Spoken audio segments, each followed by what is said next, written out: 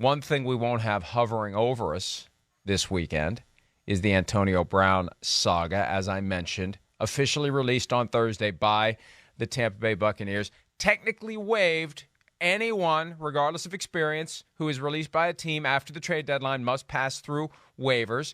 Teams have until 4 p.m. Eastern today to make a claim. I'll be stunned, beyond stunned, beyond stunned if anyone makes a waiver claim on Antonio Brown. He then becomes a free agent. And it's come up from time to time. I don't know what anyone's going to do. And it's going to be really strange. And this is the thing that I've had a hard time reconciling all week, Peter.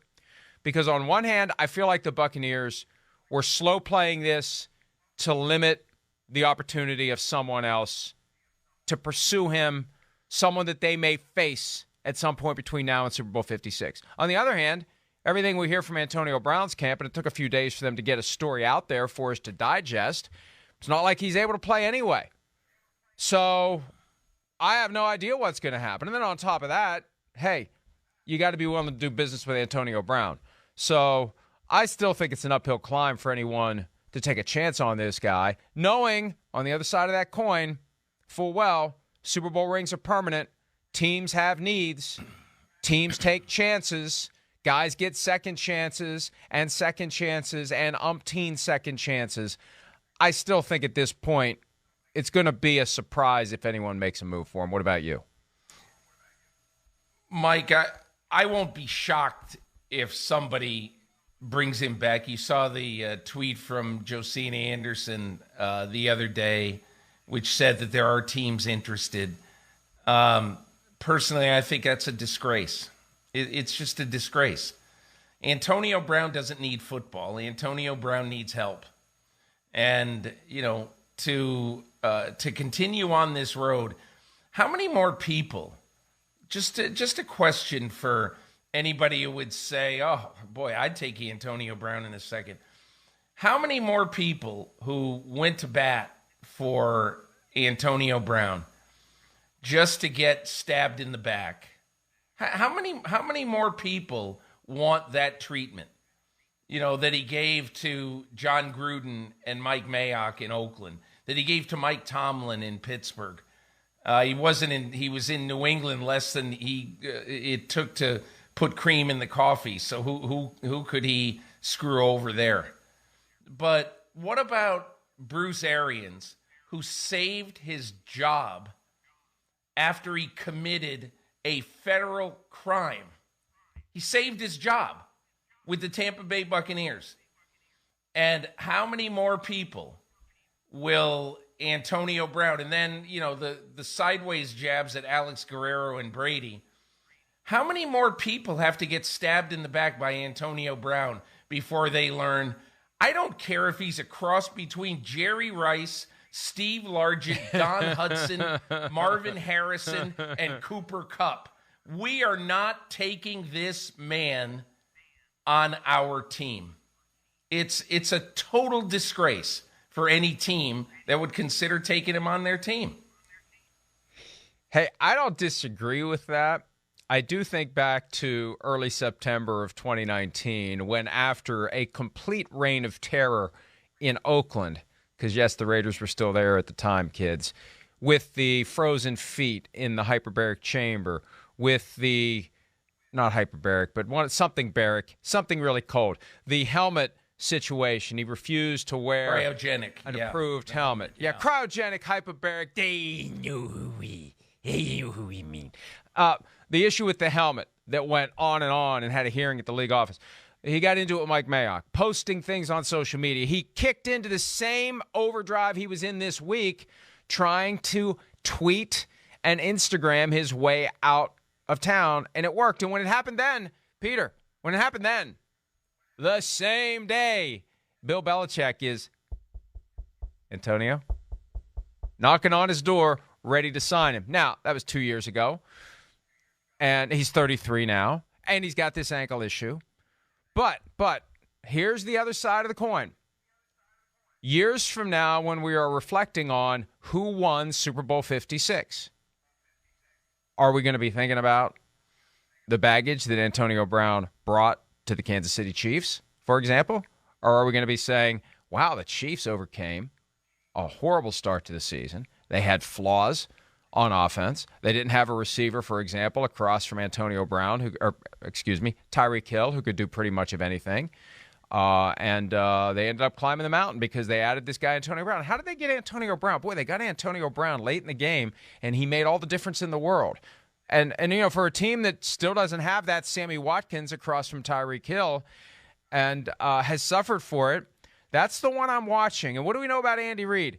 He's got no qualms about giving people second chances. He's got no qualms about looking the other way. I'm not making a judgment. I'm just saying it doesn't bother him. You bring a guy in, you make it clear, one false move, and your ass is out the door. And, of course, we heard that last October as well, but time, can change that view. We're just talking about a short-term deal with the devil here. That's, again, those Super Bowl rings are permanent, Peter. Can't take them away. And the lure to get that thing can be very strong and could cause someone to overlook a lot of stuff if they think it's going to help them get that ring that they covet so strongly. You said that, I believe you said either Andy Reid or some team, has no problem giving people second chances. Okay? This would be his fourth or fifth chance. And every place he's gone, with the exception of New England, where he wasn't there long enough to torch the place, every single place that he's been, he has torched the place. Why would you think of this? Especially if Antonio Brown is to believe his ankle is so injured right now that he might not be able to play for 9 months, never mind 9 days. I mean, he comes out of supposedly a meeting with a doctor in New York who says the following. And they go over this long list of things that are wrong with his ankle. Well, first of all, how does somebody who's got that much wrong with his ankle, how's that person able to run off the field the way he did in the Meadowlands? One question. Second question, how is a person that injured able to be ready to play football soon? I don't not that injured at all. But that's the point. That's the point. Whatever it is, hey, and he made it clear he took a Toradol shot on Sunday to at least get him through the first half of the game. And, there's skepticism about, is he really injured? How injured is he? Now that he's finally agitated successfully for his release from the Buccaneers, that just becomes a detail that gets glossed over. And you mentioned second chances. Peter, the Chiefs have had on the roster for 11 games this year a guy who's had more second chances than Antonio Brown. It's a different... But Josh Gordon hasn't torched places. I know. Josh Gordon has done it to himself, not to his teams. I know. He was blazing something very different. It's a huge difference. That's a huge difference. Well, the key is you don't have Antonio Brown long enough for him to even strike the match. It's a very short-term rental. That's the key. And if he comes through the door with the clear understanding that if you even look at me in a way that I think has any type of malice or mischief, I was trying to say mischievous and mischief at the same time, so it's almost a Simsism. But if he has any malice or mischief in his demeanor or anything, you're gone. You're gone. It's all football. We're focused on trying to win a championship. If you're on board with that, fine. I'm still saying, even then, it's a hell of a risk. But the allure... My question is, though, Mike, let me ask you this. Here's my question. Let's say you are Clark Hunt. You're the owner of the Kansas City Chiefs. And Andy Reid and Brett Veach come to you, and they propose that we sign Antonio Brown. I'm asking you, what do you say if you're Clark Hunt? It's felt pretty good the last 2 years to get my hands on the trophy named after my dad. That's what I say. I'd like to do it again. I don't know. I don't know. It's disgusting. It's disgusting. I'm being facetious, but I would say make your case. I hope so. That's what I would say. I would say make your case.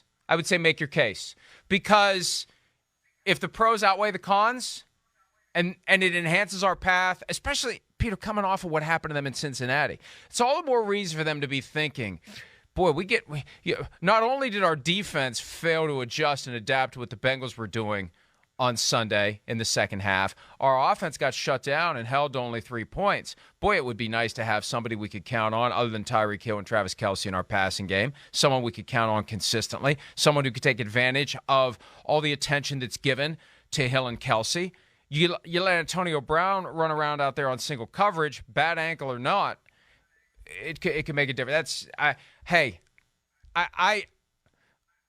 a challenging week with this because on one hand, I know Antonio Brown has done and said things that you could argue should disqualify him from ever playing in the NFL again. On the other hand, I still think every player has rights under collective bargaining agreement, and I feel like those rights were being disregarded by the Buccaneers in a variety of ways, all in the name, I believe, Peter, of never having to explain to Tom Brady why his quest for an 8th Super Bowl ring ultimately was derailed by the presence of Antonio Brown on some other team's roster. That's the only explanation that makes sense. Remember we were getting that song and dance Monday, Tuesday, and even into Wednesday, or they're talking to the league office because they don't quite know what designation to use. I mean, they eventually just cut him like they cut every other guy that they ever cut on Thursday. There was no mystery to this.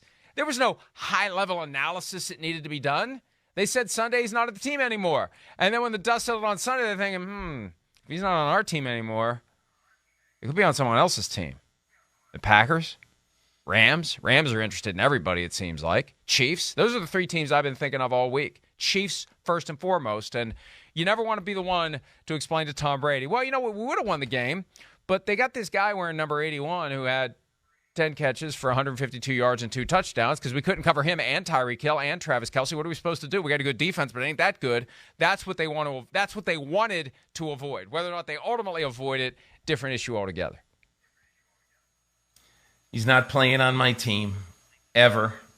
He's not coming back anywhere, 1,000 miles within my close to my organization, close to my team. If you want him on your team, go ahead, take him. It's your funeral. or it's your parade, as the case may be. That's the thing. That's the balance. It could either go very poorly. If it's your parade, if it's your parade, it'll be with black crepe paper. That's all I can say. Right. Hi, I'm Mike Tirico, and thanks for watching. Make sure to hit subscribe for the latest news and highlights from NBC Sports.